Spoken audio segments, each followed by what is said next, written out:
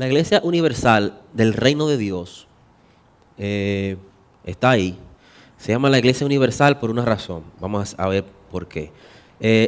El segundo slide nos da los datos de su inicio y la historia, un poquito de su historia.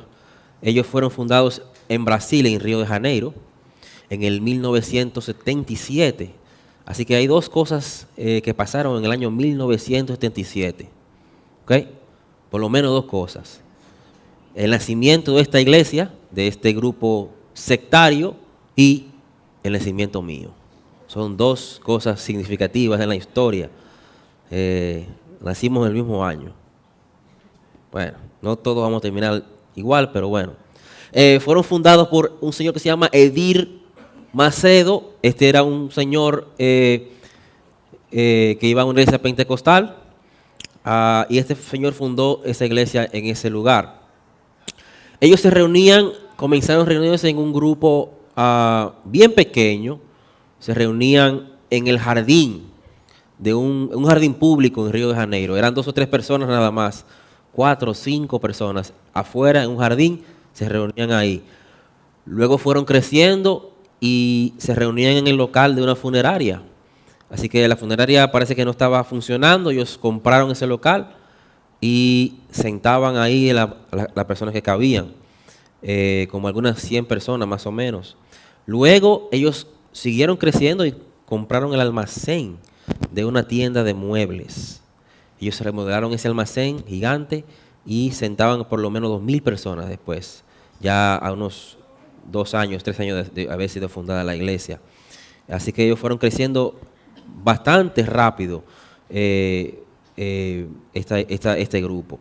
En los años 80 y en los 90, vamos a decir que durante los 80 y a principios de los 90, ellos experimentaron un elevado crecimiento numérico. Fueron creciendo muy rápido durante los 80 y los 90.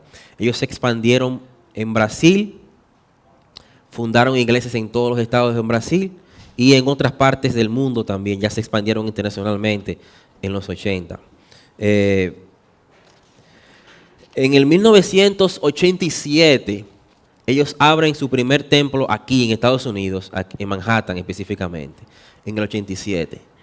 En la actualidad, dice ahí que tienen templos en todos los estados de Brasil, en 27 estados que hay en Brasil. Ellos tienen iglesias, tienen templos, tienen congregaciones en todos los estados de Brasil. Tienen congregaciones en más de 170 países alrededor del mundo. Si usted se pone a pensar, en el mundo hay más o menos 190 países. Ellos tienen congregaciones en 170 de ellos. Están en todos lados.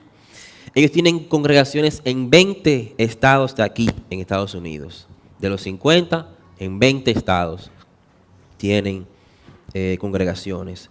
Cuentan con aproximadamente 9,600 pastores y 4,700 templos alrededor del mundo. Casi 10,000 pastores y casi 5,000 templos alrededor del mundo. Esta congregación, esta iglesia. ¿Por qué le llamamos al próximo slide controversia? Bueno, usted va a ver por qué. La controversia es que su fundador fue encarcelado, fue metido en la cárcel en el año de 1992, acusado de fraude en Brasil. Estuvo preso, fue a juicio y fue declarado inocente, entre comillas, porque según tuve la oportunidad de leer y investigar, parece que hubieron algo irregularidades en el juicio que se le hizo. Ellos han recibido, como iglesia, han recibido acusaciones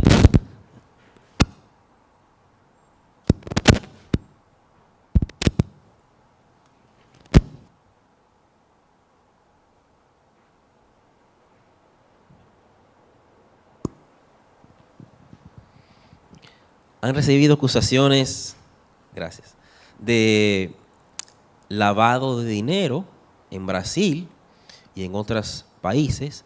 Todos sabemos lo que es lavado de dinero, ¿Sí? Ok. El problema de su controversia es, entre otras cosas, que ellos reciben mucho dinero, ¿verdad? Y no quieren reportarlo todo, así que tratan de hacer cosas para esconder la cantidad de dinero que reciben, lavado de dinero. Han tenido otros problemas legales en Argentina, en Perú, en Colombia, en Estados Unidos, en México, hasta en Bélgica, por fraude, por evasión de impuestos de parte de sus líderes. Así que el problema de esta iglesia, o uno de los problemas de esta iglesia, es el asunto financiero.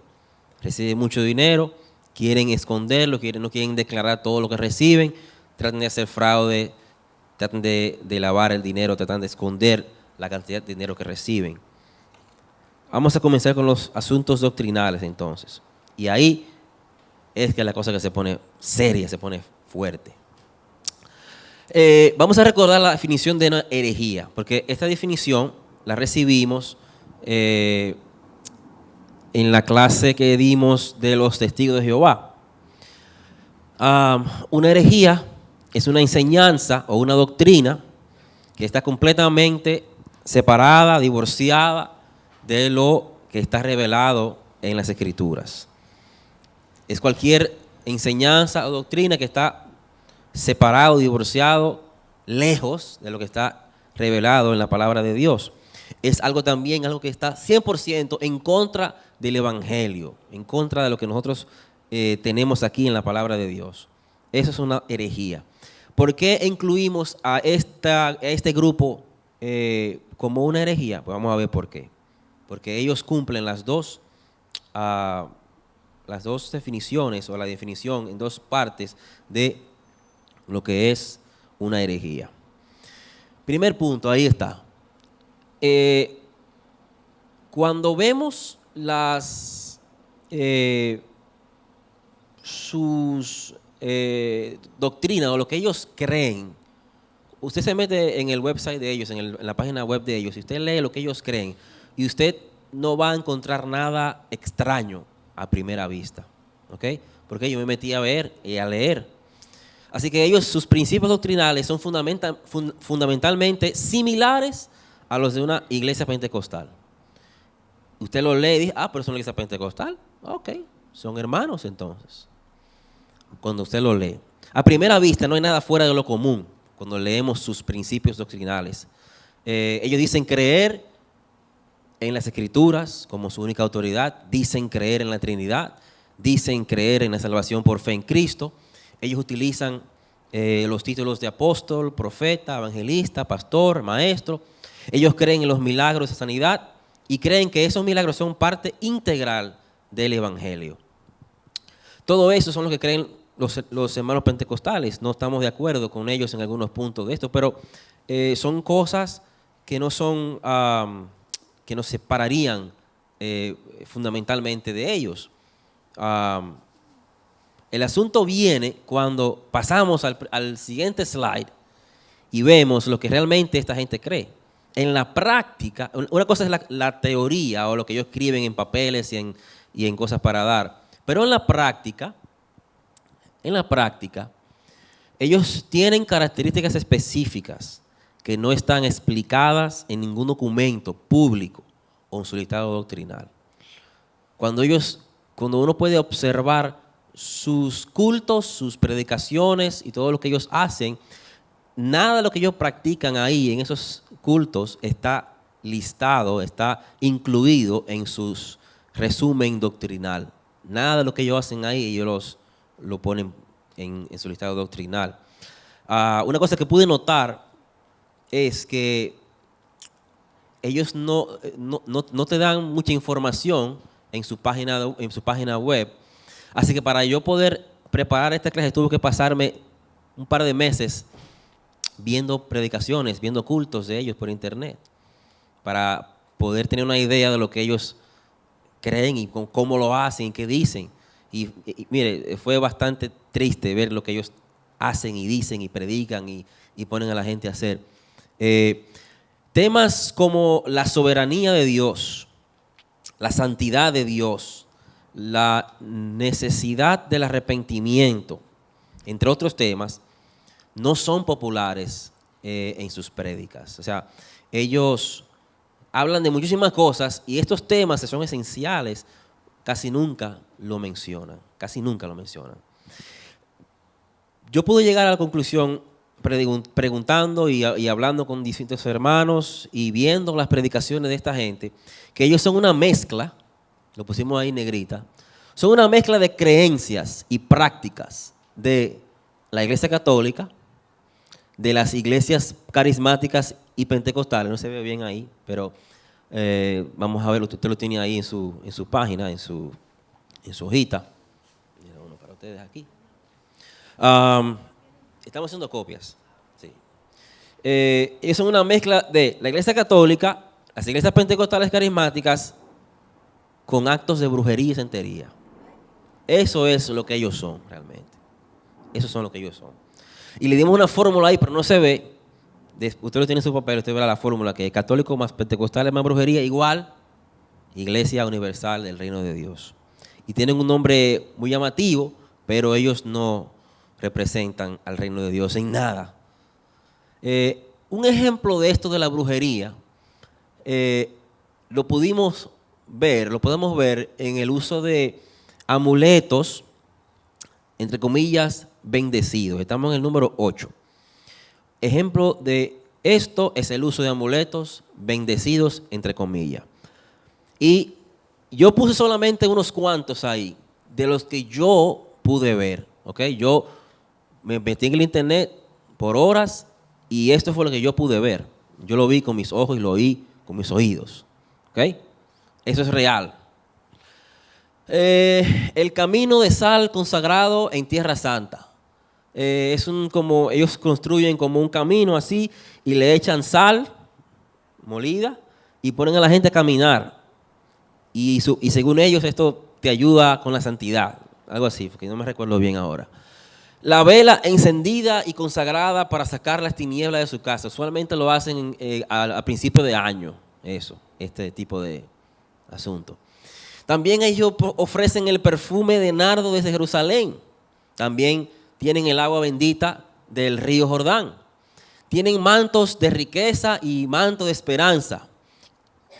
El último también no se ve bien ahí, pero dice oraciones para que salga la mala suerte. Ellos te ofrecen un papelito con una oración que usted puede orar, repetir, para que salga la mala suerte de su casa. Entre otras cosas. Hay más. Yo solamente listé unas cuantas de las que yo pude, poner ahí. Y realmente es bastante triste todo lo que esta gente hace. El número 9 nos dice que ellos hacen un énfasis en exorcismos de demonios, en sanidades y milagros. Hacen énfasis en la bendición de las finanzas personales, familiares, y también hacen énfasis en la restauración de las familias. Todo está muy bien, ¿verdad que sí? O sea, no hay nada malo en ayudar a la gente que está siendo oprimida de demonios. Gracias. En ayudar a la gente que está enferma, orar por ellos. No hay nada malo en que la gente sea bendecida en sus finanzas. Queremos que todos sean bendecidos. Queremos que las familias también sean restauradas, ¿sí? ¿Verdad que sí? Eso no hay nada malo. El asunto es cuando ellos le hacen creer a la gente que pueden obtener el favor de Dios a cambio de obligaciones y exigencias económicas, o como ellos lo llaman, sacrificios. ¿Ok? Ellos no le llaman a estos obligaciones y exigencias económicas, ellos le llaman a esto sacrificios. Usted tiene que hacer un sacrificio para poder obtener el favor de Dios. Usted no va a poder obtener el favor de Dios si usted no hace este sacrificio. Y usualmente este sacrificio tiene que ver con el bolsillo económico, ¿ok? Dinero. Y no $5 ni 10, más de ahí. ¿Por qué usted cree que tienen tantos problemas con lavado de dinero? Porque reciben mucho dinero. La realidad es que el número 10 es que estas personas, o estos pastores, entre comillas, son falsos maestros que tuercen la verdad de Dios para sostener sus enseñanzas. O sea, ellos usan versículos bíblicos fuera de contextos, los tuercen y los usan para su propio beneficio, para poder ellos sostener lo que ellos creen, lo que ellos enseñan, y para hacerle creer a la gente que ellos tienen la verdad. El lema de ellos es "para de sufrir", y a quién no le llama la atención eso. A una persona que está sufriendo de enfermedades, sufriendo de, no sé, a lo mejor tiene problemas económicos o problemas familiares, o tiene un problema físico o un problema espiritual, para de sufrir. La gente, vamos para allá, vamos a parar de sufrir. Pero verdaderamente, esta enseñanza no está contenida en la Biblia. O sea, la Biblia nunca nos enseña, no nos dice que los cristianos vamos a parar de sufrir. O sea, un hijo de Dios va a sufrir, va a tener sufrimientos. Pero vamos a seguir, y eso lo vamos a estudiar un poquito más a fondo. Esto lo leí de un ex ministro de esta congregación. Ellos, el número 3, utilizan la manipulación masiva. O sea, esto lo dijo un ex ministro. Utilizan la manipulación masiva aprovechándose de los más susceptibles y de aquellos que solo buscan a Dios para la solución de sus problemas. Imagínense una persona que tiene problemas, está siendo afligida y está buscando sanidad o lo que sea. Ellos se aprovechan de eso para recibir su beneficio económico. También se aprovechan de las personas que solamente buscan a Dios cuando hay problemas. Y nosotros conocemos mucha gente así, ¿sí? Conocemos mucha gente que solamente se acerca a Dios cuando el fuego está a todo lo que da. Cuando tenemos ahí la aflicción full. La gran mayoría de la gente, digamos, se acerca a Dios en ese momento. Y déjeme decirle, Dios usa a veces la aflicción, la enfermedad, el problema, para acercarnos a Él, ¿verdad? Esta gente se aprovecha de este tipo de situaciones. Ellos exigen ofrendas y sacrificios económicos para recibir bendiciones de Dios, como si fuera una especie de trueque, un intercambio un intercambio económico, ¿verdad? Yo te doy una cosa y tú me das otra. O una máquina de ATM. ¿Usted ha ido al banco alguna vez con su tarjeta? Déjeme sacar $20. Usted pone su tarjeta, usted pone su código, 20 pesos, le da su dinero y usted se va. Este grupo se maneja de esta manera. ¿Usted quiere recibir la bendición de Dios? Venga, dé su ofrenda, presiona el botón y la bendición sale por ahí. ¿Ya? Así, as simple as that. Bien sencillo. Esta gente no son pastores realmente, son ocultistas, son brujos, son santeros, que se disfrazan de religiosos, se disfrazan de gente muy, muy santa y muy pía, ¿verdad? Pero lo que fomentan es la idolatría, lo que fomentan es el ocultismo. Fomentan el alejarse de Dios y no del acercarse a Dios realmente. Estamos avanzando bien, qué bueno. Vamos a ver lo que enseña la Biblia, porque hemos mencionado lo que ellos creen, ¿verdad? Hemos mencionado dónde nacieron, dónde se criaron, dónde están. Más o menos tenemos una idea de lo que ellos son y quiénes son. Y usted seguro que usted lo vio o los ha visto, ¿verdad? Por la televisión. ¿Quiénes nunca en su vida entera han oído de esta iglesia? Vamos a ver. Levante la mano. Usted nunca ha oído. Ok, uno. Ok. Pero la gran mayoría han escuchado. Déjeme decirle un secreto. Ellos tienen un templo allí, a un bloque, a 2 bloques, en la 180, ¿ok? Ahí están. ¿Tienen otro también allá? Imagínense. Ok. Y mire, estas personas, cuando se van a un templo, ellos van y compran el templo. O sea, no es que ellos van a rentar el templo, ni nada. Ellos van y con su dinero lo compran. Tienen dinero para comprar. Y lo compran y se ubican en barrios, en comunidades estratégicas, ¿ve? Para poder atraer la gran cantidad de personas. ¿Qué enseña la Biblia? Vamos a ver qué enseña la Biblia primero acerca de la idolatría, el ocultismo, la santería, la brujería y cosas semejantes. como usted sabe, todas estas cosas están penadas en la Biblia. O sea, Dios no quiere saber nada de esto, de buscar el lápiz bendecido para que pueda escribir cosas buenas para Dios. Eso no está en la Biblia, eso es brujería. De venga a buscar su pañuelo para que se vayan sus tristezas, eso es santería y brujería. Y Dios en su palabra nos dice que nosotros no vamos a honrar las cosas. O sea, dice la palabra en Éxodo que no nos vamos a inclinar a nada que está aquí en el cielo, ni aquí en la tierra, ni en el cielo, ni debajo de la tierra. No le vamos a honrar, o sea, no le vamos a dar un lugar que no tienen a ninguna cosa creada. En Deuteronomio dice la misma idea, que no vamos a servir a ninguna de estas cosas creadas. ¿Ok? Así que la sal y el agua y el pañuelo y lo que sea que fue creado, no lo vamos a honrar, ni lo vamos a servir, ni le vamos a tener fe a esa cosa. ¿Ok? Ellos hablan mucho sobre la fe. Tu fe, tu fe, tu fe, tu fe, tu fe, tu fe. Pero ¿qué pasa? La fe en el objeto, la fe en el agua o la fe en el pañuelito, no en el Señor. En los versículos 10 y 11 de Deuteronomio 18 dice que los hechiceros son rechazados. Ahí está, yo solamente subrayé la palabra hechicero, pero en su caso usted puede leerlo, estos versículos, para que lo tenga más claro. En Gálatas capítulo 5, versículo 20, tenemos los frutos, las obras de la carne. Primero están listados los frutos del Espíritu, después las obras de la carne. Y entre ellas están la idolatría y la hechicería. En el capítulo 21 y versículo 8 de Apocalipsis, la palabra nos dice que los hechiceros y los idólatras y los demás estarán y tendrán su parte en el lago de fuego. En el capítulo 22 y versículos 14 y 15, dice ahí que los hechiceros estarán fuera del reino de Dios. Y estamos claros de que nosotros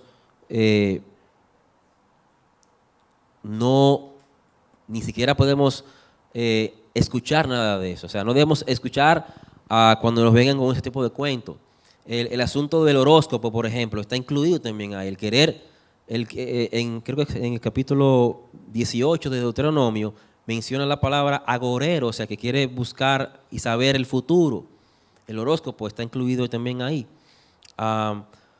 Este tipo de práctica de esta congregación, de este grupo sectario, es idolatría, es santería y es pecado delante de los ojos de Dios.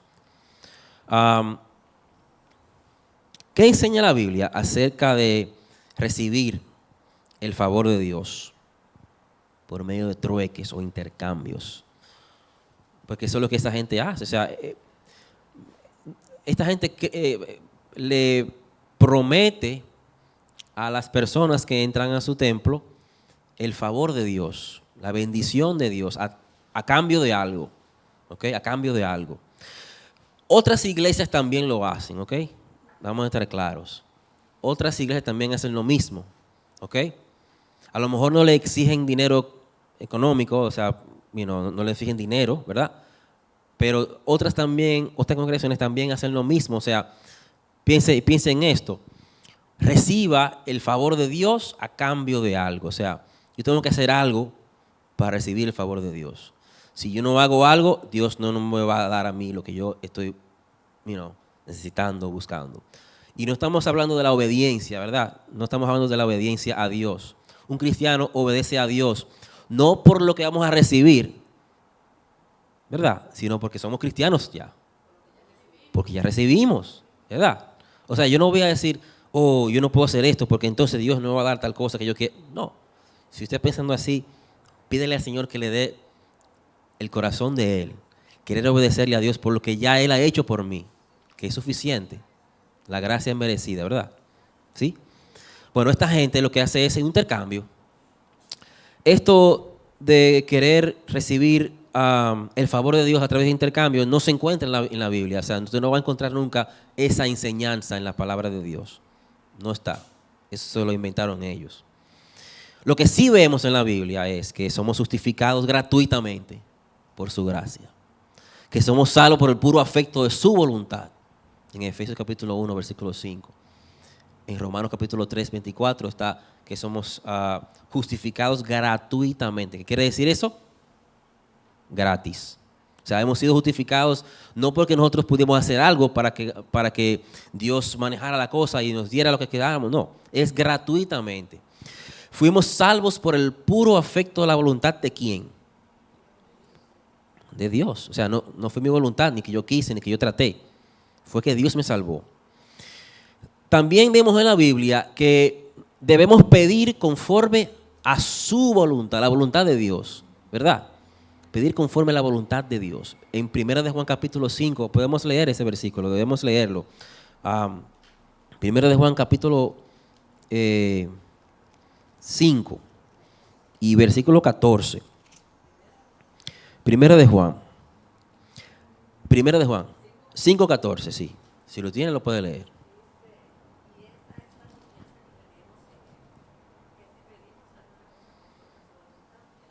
Él nos oye conforme a su voluntad. A veces creemos que podamos,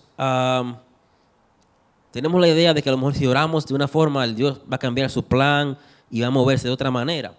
Cuando oramos para alinearnos nosotros a la voluntad de Dios, para recibir con gozo la respuesta que Él nos va a dar, ¿verdad? Podemos ver varios ejemplos de personas que trataron de buscar el favor de Dios a través del intercambio. Y el mejor ejemplo que podemos dar está en el libro de los Hechos, capítulo 8. En su casa, usted chequéelo, léelo entero. Recuérdese del Simón el Mago. Lea la historia de Simón el Mago. Este hombre trató de... Él estaba viendo lo que estaba pasando. Él parece que había creído y había visto que los apóstoles tenían poder de Dios. Y entonces, él ha visto a Felipe y a los apóstoles haciendo grandes señales y prodigios. Y en el versículo 20, en el versículo 19, Simón el mago le dijo a Pedro: dame también a mí este poder, para que cualquiera a quien yo impusiere las manos reciba el Espíritu Santo. En el versículo 20, entonces Pedro le dijo: tu dinero perezca contigo, porque has pensado que el don de Dios se obtiene con dinero. No tienes tú parte ni suerte en este asunto, porque tu corazón no es recto delante de Dios. Arrepiéntete, pues, de esta maldad y ruega a Dios si quizás te sea perdonado el pensamiento de tu corazón. Este individuo trató de comprar el poder de Dios, o la unción de Dios, que solamente se da por gracia. Y Pedro le dijo: oye, arrepiéntete, porque tú eres, básicamente le dijo, un hijo del diablo. Arrepiéntete ahora, porque el Dios de Dios no se obtiene con dinero. La bendición de Dios no se puede obtener con dinero. No se puede obtener con dinero. Y el que le diga a usted algo diferente está en el error. Nosotros podemos buscar los milagros hechos por el Señor en los evangelios, ¿verdad? Y leyendo los evangelios nos encontramos en que en ningún milagro hecho por el Señor, el que recibe el milagro tenía que dar algo a cambio del milagro. O sea, viendo los milagros del Señor y los milagros también que los apóstoles hicieron, vemos que ningún milagro que está ahí, el Señor le exige algo o los apóstoles exigen algo a cambio de ese milagro. Oye, Bartimeo, óyeme bien, yo te voy a sanar, pero tú tienes que hacer esto, hacerme aquí algo. No. Después que fue sanado, vete a los tuyos y cuéntales cuán grandes cosas a Dios ha hecho Dios contigo y cómo ha tenido de ti misericordia. Pero después que lo sanó a los 10 leprosos y solamente uno se devolvió. ¿Y dónde están los otros que fueron sanados también? ¿Solamente tú estás aquí? Bueno, vete, tu fe te ha salvado. A ninguno de los que fueron sanados se les exigió algo a cambio del milagro. Un ejemplo que me llama la atención también entre los que pudimos mencionar es la mujer del flujo de sangre en el Evangelio. Dice que esta mujer estaba afligida, ve a Jesús a lo lejos en un molote de gente. ¿Usted ha estado en un molote de gente? ¿Quién no sabe lo que es un molote de gente? Aquí vamos a ver. Un molote de gente es mucha gente. En Penn Station están todos los trenes frisados, no se están moviendo nada, y está todo el mundo esperando los trenes en un área bien estrecha, estamos todos ahí. Yo a cada rato me pasa, y estamos ahí tocando y queremos movernos, no podemos. Y me imagino que cuando el Señor estaba caminando hacia la casa de Jairo, era así, una multitud grande, él en el medio ahí, la gente moviéndose y tocándolo y jalándolo, y él tratando de llevar hasta la casa de Jairo. Fíjese, mucha gente tocándolo y moviéndolo, pero solamente la mujer del flujo de sangre, solamente ella fue sanada cuando fue a Jesús. ¿Por qué? Porque ella solamente pensó, mira, si solamente yo voy, nada más con tocarlo, nada más, yo voy a ser salva. Ella tocó a otras personas, ¿verdad? Cuando yo iba ahí tratando de llegar a Jesús, Jesús fue tocado por muchísima gente también, ¿sí? En el molote, en la cuestión. Pero solamente fue sanada cuando puso su fe en el Señor. Y ahora, cuando ella fue sanada, y lo podemos leer después, el Señor supo, ¿verdad? Se dio cuenta que ella fue sanada, que alguien fue sanada. Cuando él hace la pregunta, alguien me ha tocado, y todo el mundo se ríe, ja, Señor, ¿cómo que ¿sabe la gente que hay aquí? ¿Cómo que si alguien te ha tocado? Aquí todo el mundo está tocando, queremos llegar allá y no podemos. Pero él hace la pregunta para que la señora se diera cuenta de que ella había sido sanada y que el Señor sabía que ella había buscado al Señor. Entonces, eso de querer recibir el favor de Dios a través de un trueque o un intercambio, no es bíblico. Eso no está en la Biblia. Eso es una enseñanza falsa, demoníaca, podemos decir. ¿Qué dice la Biblia sobre el sufrimiento y el par de sufrir? Es el próximo slide. Ahí está. Vamos a hacerlo, es resumido esto, porque podemos pasarnos varios domingos hablando sobre la teología del sufrimiento, o sea, lo que la Biblia enseña sobre el sufrimiento. Pero vamos a tratar de hacer un pequeño resumen. Y básicamente algo simple, porque yo no soy un teólogo con mucha experiencia. Nosotros vivimos en una cultura hedonista. Y esa palabra, wow, ¿qué significa eso? Bueno, una cultura hedonista quiere decir que la felicidad consiste en vivir en continuo placer. O sea, eso es lo que es una persona hedonista. Vivir en continuo placer. Lo que sea el placer que sea y como esa persona lo defina, ¿ok? No importa. Si esa persona define el placer como vivir borracho, pues esa persona, eso es lo que debe de hacer para estar feliz. Así que piense en cualquier otro, ¿cómo se llama? Placer, entre comillas, o exceso de algo, y eso es lo que una persona hedonista hace, buscar la felicidad constante, vivir en continuo placer, no importa lo que sea esta cosa. Esta cultura hedonista de vivir en continuo placer no puede creer, ¿verdad? No puede entender ni creer que Dios puede ser glorificado a través del sufrimiento. Y a lo mejor podemos ver algo que se contradice. Sufrir en un lado y la gloria de Dios en otro lado. ¿Cómo podemos compaginar las dos cosas? Primeramente podemos decir que el sufrimiento no es necesariamente causado por el pecado o por un juicio de Dios. No necesariamente. A veces sí, ¿verdad? A veces sí es así. Y otras veces no. En Juan capítulo 9, versículo 2, vemos un ejemplo de alguien que no pecó. Señor, pero ¿quién fue que pecó? ¿Su padre, su abuelo, su tatarabuelo, su tío? ¿Por qué naciera así? Jesús dice, no, él no pecó. Ninguno pecó. Él está así para que la gloria de Dios se manifieste en él. Así que el sufrimiento no lo podemos ver, no siempre debemos verlo como un castigo de Dios o como una consecuencia del pecado. Recordemos el ejemplo de la iglesia de Esmirna, en capítulo 2 de Apocalipsis. El Señor Jesús le dice a esta iglesia, a una de las 7 iglesias en el Apocalipsis: yo conozco tus obras, se dice el Señor, y tu tribulación. Conozco tus obras y tu tribulación y tu pobreza. El Señor sabe que ellos que están siendo atribulados, que están siendo probados, que tienen mucha tribulación, que tienen pobreza, pobreza material, ¿ok? Pobres. Pero le dice el Señor a ellos: tú eres rico. Aquí en el mundo, en este mundo, tú eres pobre y atribulado y tú estás pasando mucho trabajo, pero yo te considero a ti rico. Así que nosotros tenemos que tenemos que entender que a veces las cosas no suceden porque Dios quiere glorificarse en nosotros.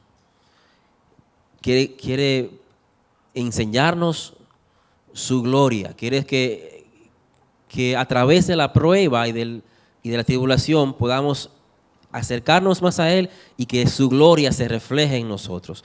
Hay muchos versículos que hemos puesto ahí. En Habacuc dice el profeta que aunque la higuera no florezca, etcétera, con todo yo me alegraré en Jehová y me gozaré en el Dios de mi salvación. En Romanos capítulo 8, versículo 28, lo conocemos todos, ¿verdad? Que somos más que vencedores, pero antes menciona muchísimas cosas, las tribulaciones que está pasando o que podemos pasar. Hambre, desnudez, peligro o espada, persecución. Después el apóstol dice: en todas estas cosas somos más que vencedores.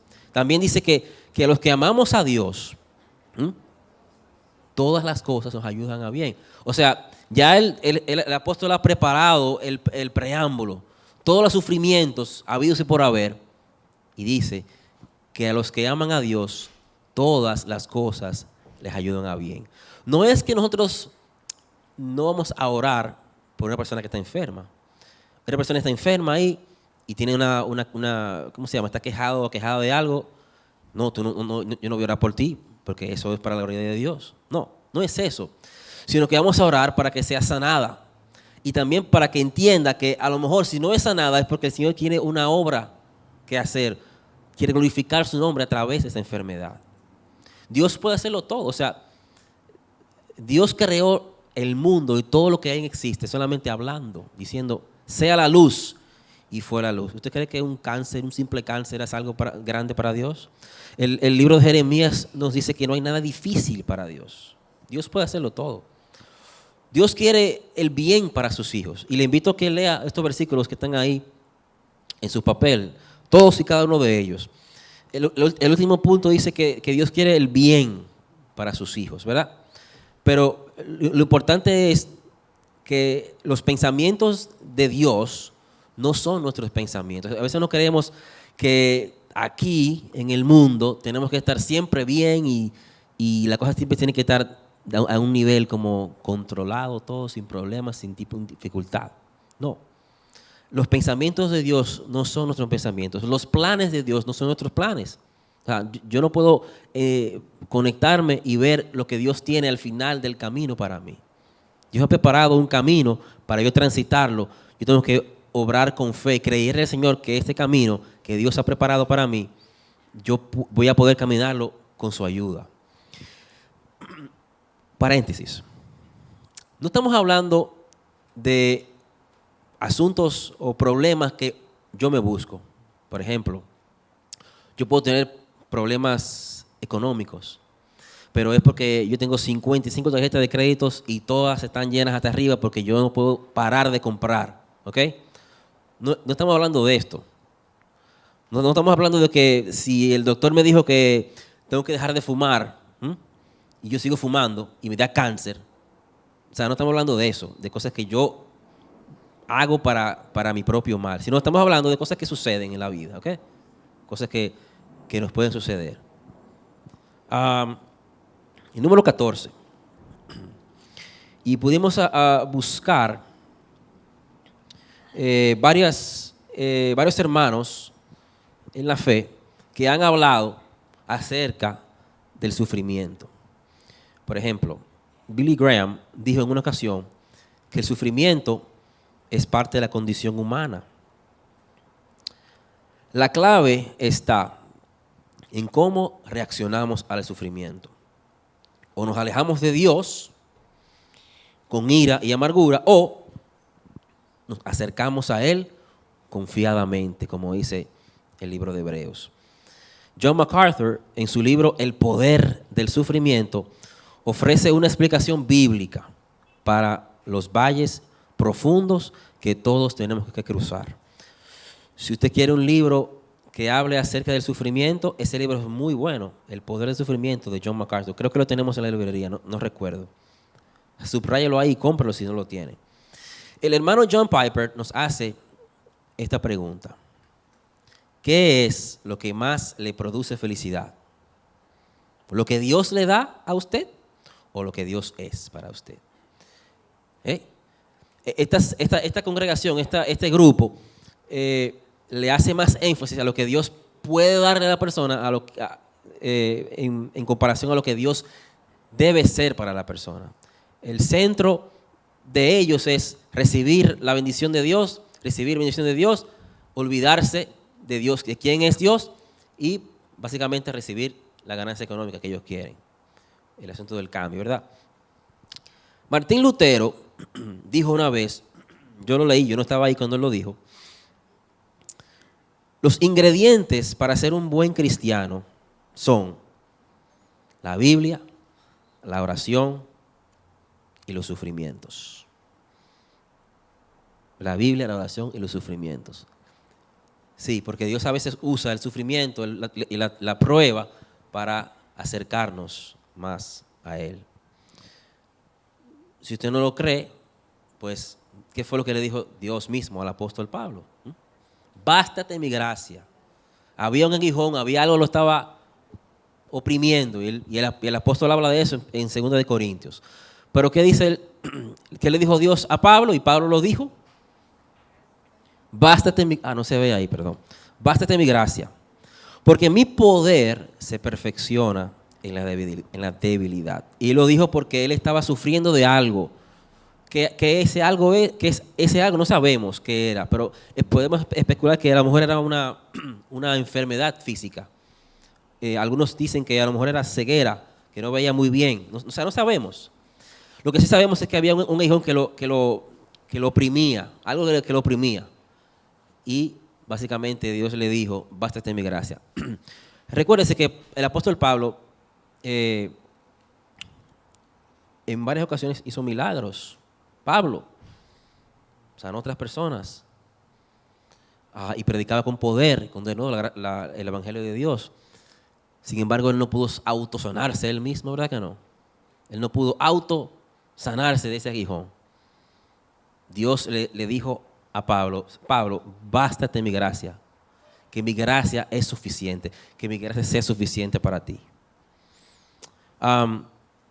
Recuérdese lo que hablamos al principio, cuando estábamos comenzando. Estas personas, estos grupos, ofrecen el favor de Dios a través de sacrificios económicos. Y lo vamos a mencionar ahorita, pero no estamos hablando de traer tu diezmo y tu ofrenda al Señor. O sea, eso es lo que como cristianos hacemos, ¿verdad? Traemos nuestras ofrendas y nuestros diezmos porque reconocemos que todo lo que tenemos es de Dios. Tenemos un trabajo, Él lo ha provisto. Y si podemos trabajar, Él ha dado la habilidad de hacerlo. Todo es de Dios. Y de las tantas cosas que Él nos ha dado, daremos un poquito. ¿Ve?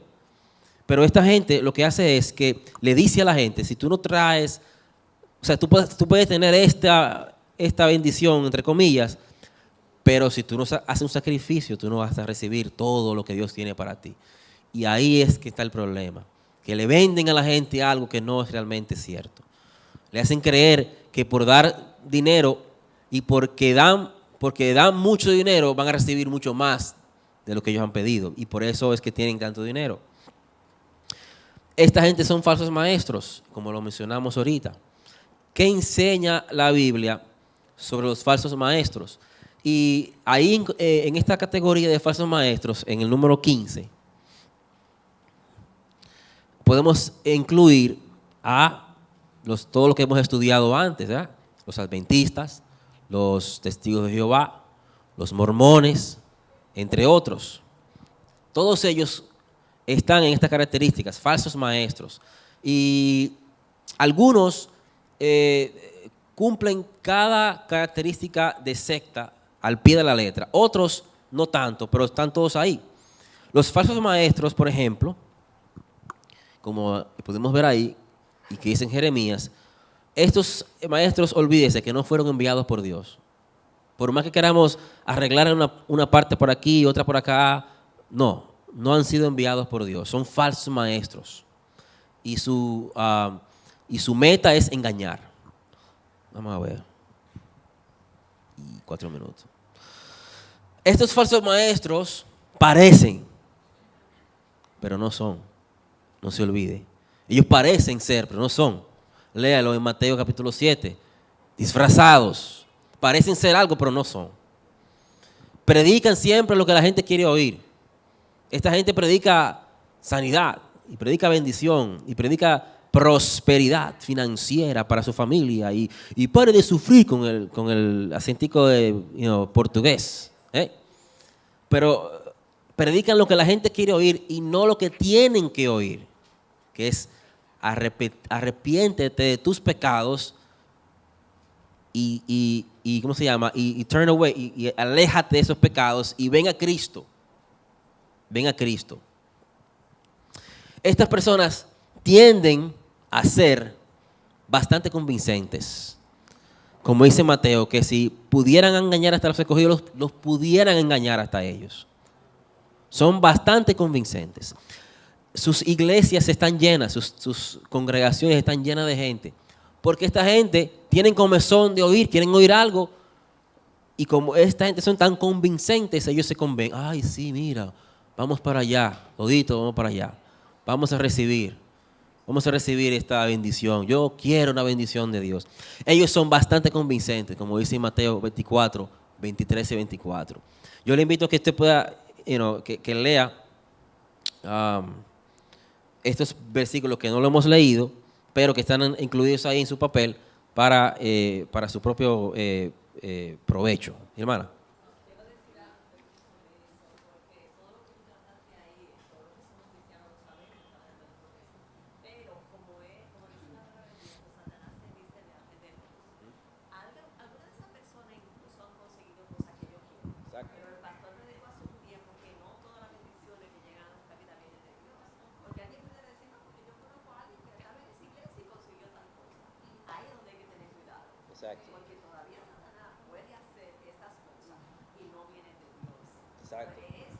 Exactamente, eso nos recuerda también cuando Moisés se presentó delante de Faraón, ¿verdad? Que la misma cosa. Moisés hacía una cosa y los fariseos y los, ¿cómo se llama? Los hechiceros hacían otra cosa. Y Moisés hacía una cosa y ellos hacían otra cosa también. O sea, ellos también tenían el poder, entre comillas, para hacer lo que estaba haciendo Moisés. Sin embargo, sabemos que ellos no estaban representando a Jehová, Dios de los ejércitos. Estaban siendo representantes del diablo, de Satanás, en ese momento. Y es verdad, hay mucha gente que pudo en un momento ser sanado, entre comillas, o conseguir algo. Ajá. Pero eso no tiene que ver, eso no quiere decir que fue enviado por el Señor. Y teníamos como un slide, pero tuvimos que borrarlo por el tiempo que se nos ha ido. El hermano Luciano, en 20 segundos. Yo conozco uno que estaba hablando y yo estaba escuchando a ver lo que estaba diciendo. Y parece cristiano, como decía. Pero como yo después de eso, cuando él empezó a decir, y él dijo que Cristo venía, y entonces él dijo, sí, pero hay muchos que dicen que Cristo viene. Ahí le entendí que no, ¿cómo va a ser chile cristiano? Y está diciendo. Exacto. Exactamente. No todo el que me dice Señor, Señor entrará en el reino de los cielos. La palabra dice, sino que hace la voluntad de mi Padre que está en los cielos. Ahí que nos vamos a dar cuenta. En conclusión, el número 16. Asegúrese de saber esto y comprenderlo. Dios es soberano. ¿Cuántos saben? ¿Cuántos dicen amén a esto? Él es soberano y él hace las cosas cuando Él quiere y como Él quiere. Y con quien Él quiere. Gracias, hermana. Si Él ha de sanarnos, lo hará. Y si Él no nos va a sanar, no nos va a sanar, pero es para su gloria. ¿Ok? Entendamos eso, hermanos, rápido.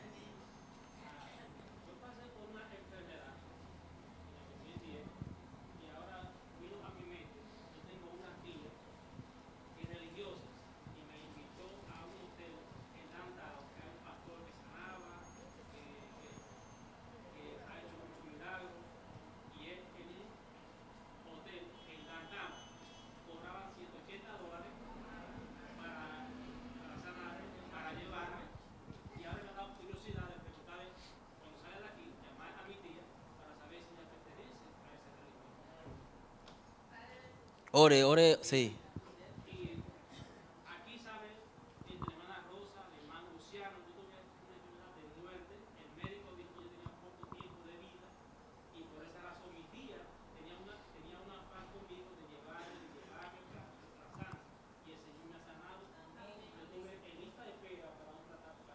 Trasplante. Amén. O sea, que hay sanidades. El que diga que no hay sanidades se equivoca. Todavía Dios está vivo, está activo, Él sana todavía. Lo que tenemos que ser sobrios, ¿verdad? Velar, estar atentos. Porque el diablo anda como león rugiente viendo a ver quién va a devorar, viendo a ver a quién va a engañar. Si nos dejamos engañar por estos tipos de maestros o falsos predicadores, es porque no estamos velando, no estamos siendo sobrios, no estamos atendiendo, ¿verdad? Estas personas que van buscando sanidad es porque quieren buscar a Dios solamente cuando tienen un problema o buscan a Dios simplemente por el momento, por la sanidad, porque tienen un problema. Asegúrese de seguir el ejemplo de los de Berea en Hechos capítulo 17, que cada vez que se les predicaba algo, cuando Pablo le predicaba, ellos buscaban en las Escrituras para asegurarse de que esto era verdad. No crea todo lo que le dicen, busque lo que la palabra de Dios nos dice y nos enseña, porque nuestra revelación está aquí. No hay nada más revelado, todo ha sido revelado en la palabra de Dios. Nuestra fe tiene que estar depositada en Dios y en nada más en Dios. Él es el creador y nuestra fe debe estar puesta en el creador, no en la creación, ¿ok? No en el agua, ni en el pañuelito, ni en nada de eso. En el creador, el que ha hecho los cielos y la tierra.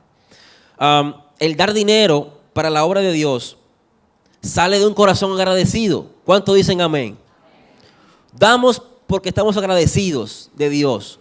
No damos para ser remunerados, o sea, para que Dios nos dé más. O sea, cuando usted da su diezmo y ofrenda, usted no lo da para que Dios le multiplique esa ofrenda.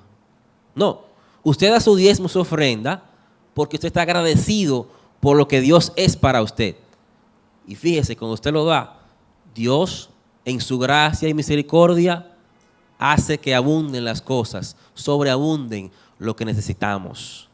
Y eso lo hemos visto muchos de nosotros. La Biblia debe ser nuestra única fuente de autoridad, la Biblia, ¿ok? No las tradiciones, no las experiencias que hemos tenido, no las celebridades religiosas, no las modas teológicas, nada más, sino la Biblia, la palabra de Dios.